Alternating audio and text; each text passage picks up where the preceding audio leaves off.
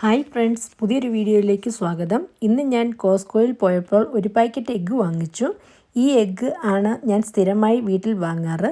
ഒരു പാക്കറ്റിൽ 5 ഡസൻ എഗ്ഗ്സ് ഉണ്ട്. 60 എഗ്ഗ്സ് ആണ് 2 കാർട്ടണിൽ ആയിട്ടുള്ളത്.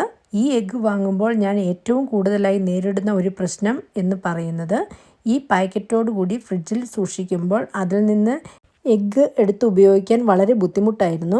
കാരണം ഈ പാക്കറ്റിൽ നിന്ന് എടുക്കുമ്പോൾ എഗ്ഗ് എൻ്റെ കയ്യിൽ നിന്ന് താഴെ വീണ് പൊട്ടുന്നത് ഒരു സ്ഥിരം പതിവായിരുന്നു. എന്നെപ്പോലെ ഒരുപാട് ആൾക്കാർ കാണും ഈ പ്രോബ്ലം നേരിടുന്നത്.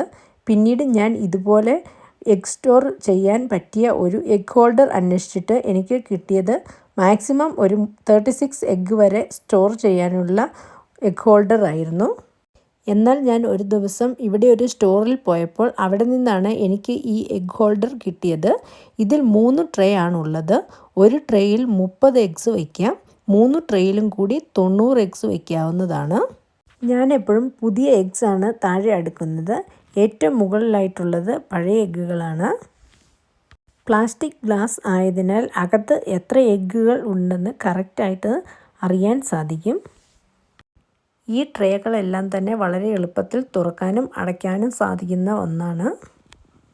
അതുമാത്രമല്ല, ഏത് ദിവസമാണ് എഗ്ഗ് വാങ്ങി അതിൽ അടുക്കി വെച്ചത് എന്ന് കാണിക്കാനായി സൈഡിൽ ഒരു റൂളർ കൊടുത്തിട്ടുണ്ട്.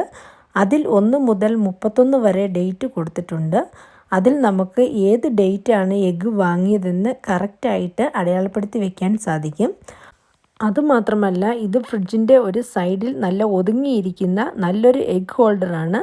അതിൽ നിന്ന് നമ്മുടെ ഉപയോഗത്തിനനുസരിച്ച് എഗ്ഗ് എടുക്കാനും വളരെ എളുപ്പത്തിൽ സാധിക്കും. ഇത്രയുമൊക്കെയാണ് ഇന്നത്തെ എൻ്റെ വീഡിയോ. എൻ്റെ ഈ ചെറിയ വീഡിയോ എല്ലാവർക്കും ഇഷ്ടമായി എന്ന് കരുതുന്നു. മറ്റൊരു നല്ല വീഡിയോയുമായി വീണ്ടും കാണുന്നത് വരെ എല്ലാവർക്കും thank you so much. By.